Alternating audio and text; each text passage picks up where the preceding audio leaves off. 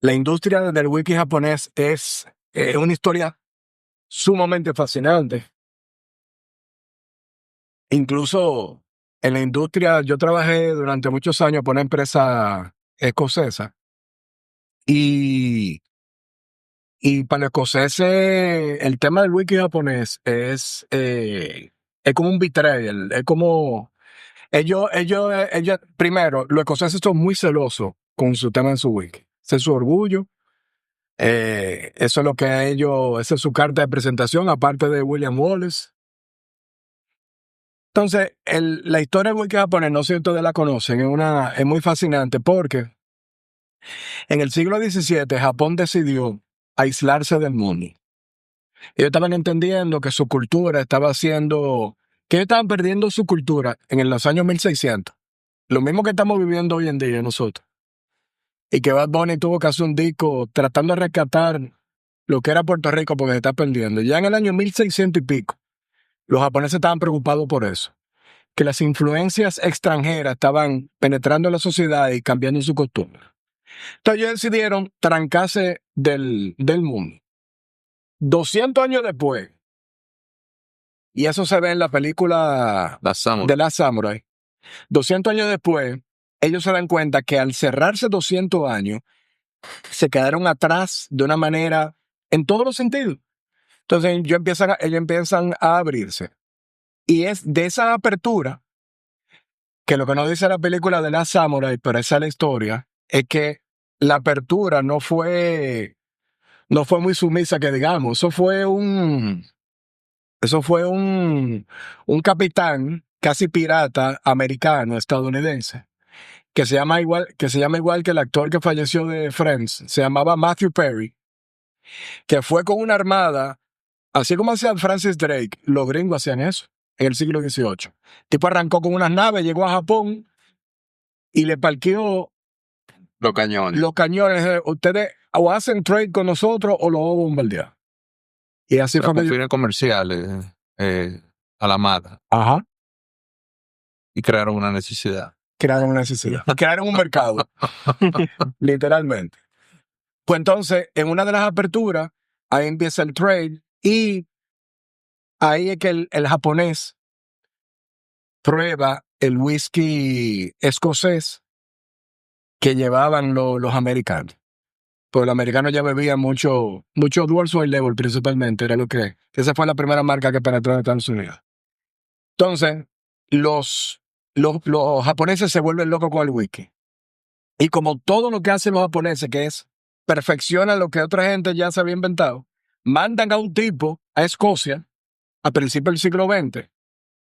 El tipo de Escocia el tipo que va a Escocia se aprende todo, se devuelve a Japón y en el año 1920, 25 por ahí, crea de donde vienen estos señores, que es la destilería Yamazaki Suntory, que al día de hoy son los más monstruos en el mercado.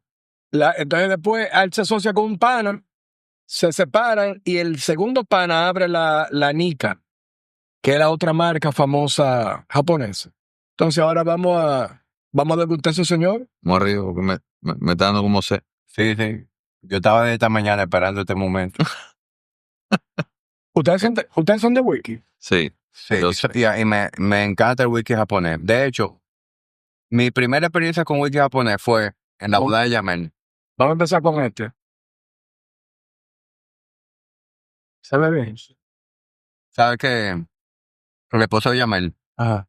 su familia, ellos son apasionados del whisky japonés. Ah, no sabía. Y en la boda de Yamel, en la boda que fue más íntima, no la ceremonia, sino entre nosotros, cuando nos conocimos los familiares, ellos tenían una cata de whisky japonés. Y desde entonces, viejo, yo me he quedado marcado por esa experiencia. Es la que feeling, no. Hay que juntarnos con Leven cuando venga. A ver, el hielo. Explícame en chingas. Salud. Cuando uno está catando bebidas con cierta sofisticación, se utiliza una esfera de hielo por dos razones. Porque esto lo que está haciendo es que te está enfriando te está enfriando la bebida y se descongela uniformemente. Y los primeros sips van a ser prácticamente nítidos. ¿Por qué? Porque a diferencia de un hielo en cuadrito que se derrite inmediatamente, a diferencia de un hielo en cuadrito que se derrite inmediatamente, este no se está derritiendo rápidamente por lo que tú estás tomando la bebida como es. Ya. Tú estás probando la bebida de la botella, pero chilled, fría. Salud. Salud. Es una costumbre que yo guardo de que en mi casa tengo yo en el freezer hay un tray que nada más es un hielo. Porque imagínense, o sea, es un aparato del tamaño del esfero, o sea, ocupa mucho espacio. Pero yo no consigo de que me beba un trago en mi casa si no es así, o sea, Y tú lo haces con cualquier agua. no, Tú pique con el agua también. no agua destilada, agua de botellón, no, imagínate. Porque yo he visto gente que nada más Sí, toman, no. usan hielo de pana. Si nos llevamos a esa. No, ¿De yo, verdad? no, yo no llego ahí. Wow. Está Pero- porque está increíble. Pero ahí ustedes se fijan, sí. O sea, lo que caracteriza este whisky de un whisky japonés, de un whisky escocés, se parecen mucho. O sea, son primo hermanos. El whisky japonés y el whisky escocés, que el whisky escocés viene siendo su papá, son padre e hijo o primo hermano. O sea, son muy, muy parecidos genéticamente. La diferencia es que el whisky japonés, los buenos, se maduran en una madera que solamente la hay en Japón. Y tiene la particularidad de que esa madera, si tú lo guardas el whisky durante de 3 a 8 años, el whisky no te sabe bueno.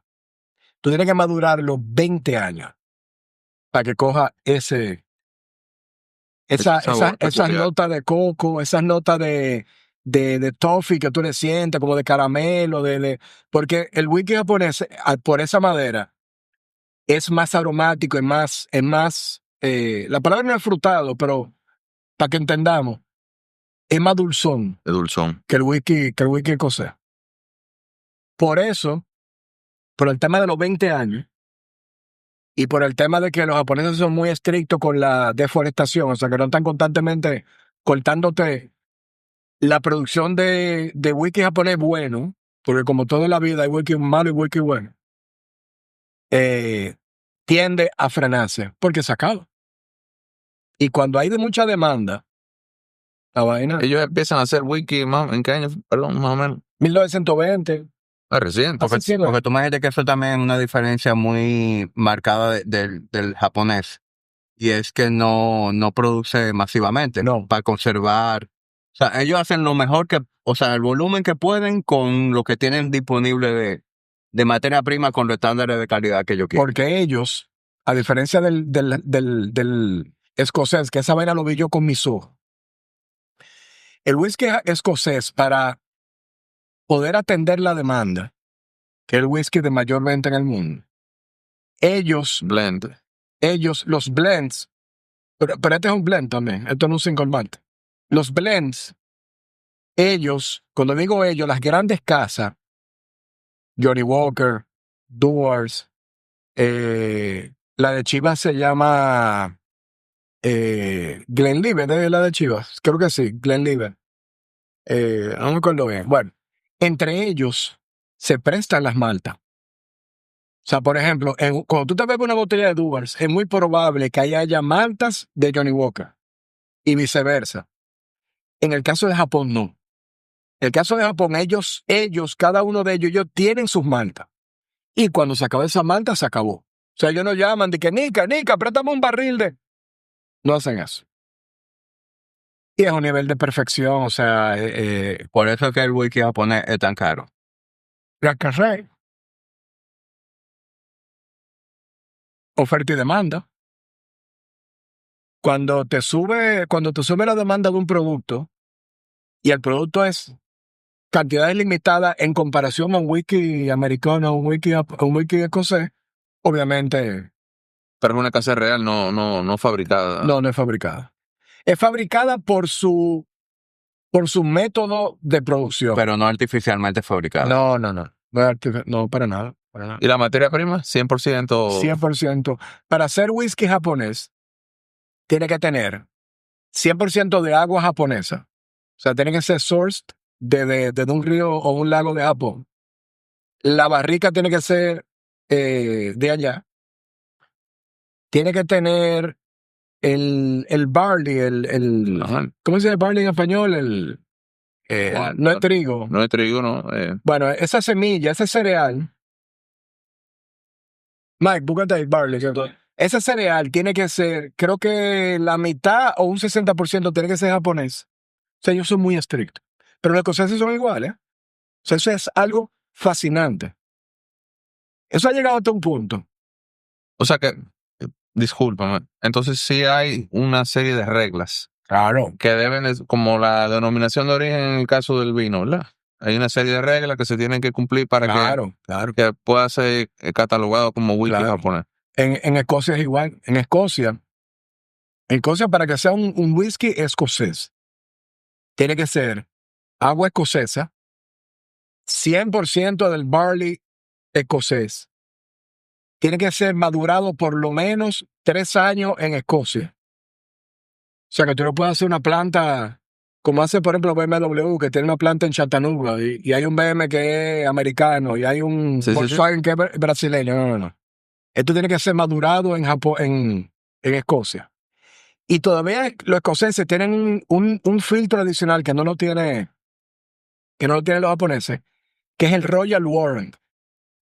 La Casa Real, del Reino Unido, cebada, que es lo mismo de la cerveza. La cerveza. El primer proceso de fermentación cuando tuve una destilería en Escocia, te van pasando por las etapas del proceso. Y cada etapa es en una sala diferente, en una ala diferente. La primera ala huele como que tú estás en la cervecería. Sí, me imagino. Huele a cerveza. No, eso es cerveza. O sea, si tú eso lo sacas y le das un chin de pureza, es una cerveza. Pues entonces, en Escocia existe lo que se llama el Royal Warrant, que es el sello de la Casa de Windsor que le da un estatus adicional a ciertos productos de whisky, que son los whisky que la Casa Real determina que son los mejores de su categoría, y son los que se brindan en recepciones del Palacio de Buckingham. La Casa Windsor no se limita al whisky escocés. Ellos, todos los productos que salen del Reino Unido, ellos, hace más de 100 y pico de años, ellos determinaron cuáles eran los productos que eran la mejor representación de su país. Y así tuve con el Royal Warrant 1001 cosa cotidiana del mundo del Reino Unido. Ahí tuve desde los famosos biscuits, las galletitas que comen ellos, hasta tiendas. Por ejemplo, Harrods no tiene el Royal Seal y Selfridges sí la tiene. Pero hay unos criterios para ganártelo, ¿no? Hoy en día creo que eso no se da ya. O sea, tú no puedes aplicar. No, que tú no puedes aplicar. Yo creo que no hay escudos nuevos que estén saliendo.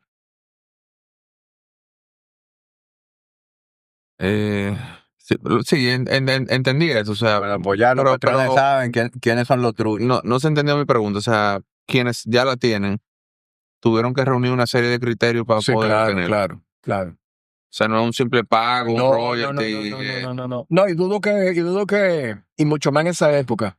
Estaba hablando de los años finales del siglo XIX, 1800, donde todavía era el Victorian Era y eran realmente, ahí fue que se solidificó el concepto del caballero inglés. O sea, esos tipos no podían sobornar ni mucho menos. O sea, eso era literalmente, el mundo se estaba expandiendo por la revolución industrial. Y ellos querían mostrar al mundo lo mejor de su país. Entonces ellos fueron. Fíjate que no es un solo whisky que tiene el Royal Warrant, el Royal Seal. Hay varios. Lo que te digo es que yo no sé, no creo que hoy en día tú saques no sé si existe un proceso hoy en día de tú aplicar por el escudo, porque si hubiera forma de hacerlo, hace rato que ya ese whisky que vimos ahora ya tuviera, si hubiera un proceso y Ya lo una payola y una vaina, ya lo tuviera. Porque en el mundo de los conocedores, esa vaina influye muchísimo. O sea, ese es bragging rights. O sea, se echan vaina. En Escocia, y estamos hablando que hay productos desde barato hasta caro, porque un producto que lo tiene, como el JB, por ejemplo, que un whisky estándar, el JB lo tiene. Entonces hay whisky como el Famous Grouse que no lo tiene. Y se vive echando vaina. Ya. O sea, es muy fascinante. ¿Cuál es la diferencia entre esas dos botellas? O sea, en términos Sí. de añejamiento. Mira, básicamente es el mismo whisky. La diferencia es, nosotros estamos tomando lo que se llama el Japanese Harmony, la línea Harmony de Ibiki, de la casa Suntory, como dije ahorita. Entonces, este es vamos a decir que esta es la edición que está disponible el año entero. Y esta edición viene siendo muy similar a pero es una edición que ellos sacan Select. Eso es como los productos que son barrica única. Eso es como una selección, Reserva especial. una reserva especial de ese week. El otro día yo, producto de un reel que yo relajaba muchísimo aquí con eso de, ¿te acuerdas el Coco Basil? El entrenador de la selección argentina, el jugador de fútbol que el Blue Label de Johnny Walker, el que hizo con Elixir, óyeme, yo no lo había probado el Blue Label, nunca me había llamado la atención. Que yo digo, tiene que dar unos royalties, porque yo fui directo, o sea, después de yo ver esa vaina, yo fui a buscar uno y, mentira, me lo regaló un amigo, que me oyó hablando de eso, y me dijo, espérate, toma, y me regaló una botella. Me voy a la playa, y me lo encuentro espectacular, yo no soy un conocedor, pero dije, wow, pero también está buena. El Blue Label. Sí. Productazo. Y dije, mierda. Se lo comento a unos amigos. Óyeme, pero qué agradable. La verdad que el tipo tiene una razón, es un elixir. Esa vaina no necesita. No, pero es verdad, o sea, eso no te araña, nada. Eso no. Como dice él, eso no da ni gastritis, viejo. Y se lo comento a un amigo y me dice, mira, sí, pero no lo vale. No lo vale porque me dice, le ponen un alcohol, tratando de acordarme, como que le agregan un alcohol genérico a la mezcla. Pero que el alcohol lo genera la misma fermentación Desde luego, pero el mismo añejamiento pero hay algo como que tiene un alcohol agregado que es barato. Lo que pasa es que, primero, es un hoyo, si nos metemos al real valor de las cosas, es un hoyo negro que es difícil tú realmente justificar. Y más en lo que la cosa high-end. Lujo. La cosa high-end, a eso voy. Cuando estás hablando de vaina de lujo, es difícil tú justificar lo que es high-end. Uno se quiere convencer.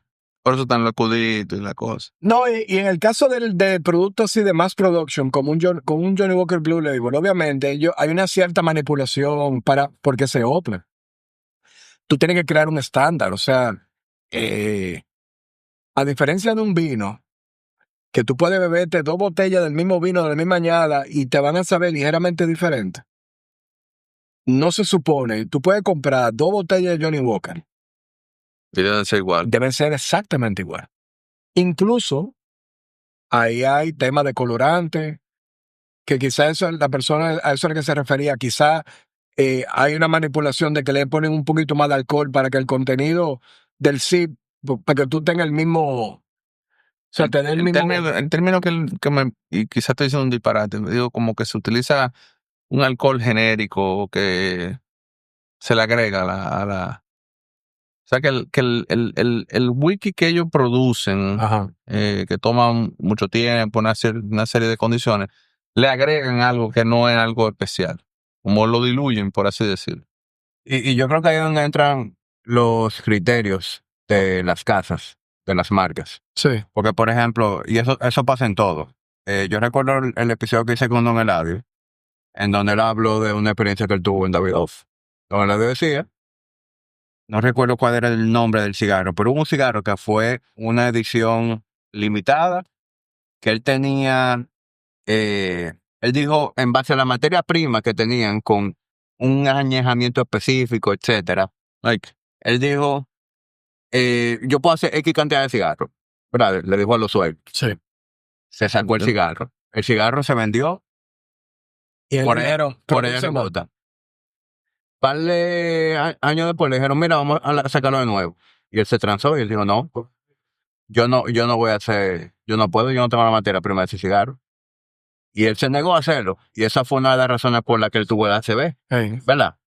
Un pique que cogió con esa gente. Cuando él sale de Davidoff relanza el cigarro. Tú supiste que ese cigarro que hoy en día se vende no tiene nada que ver con lo que hizo Don Eladio. Y de la misma marca, el mismo nombre y todo. Todo.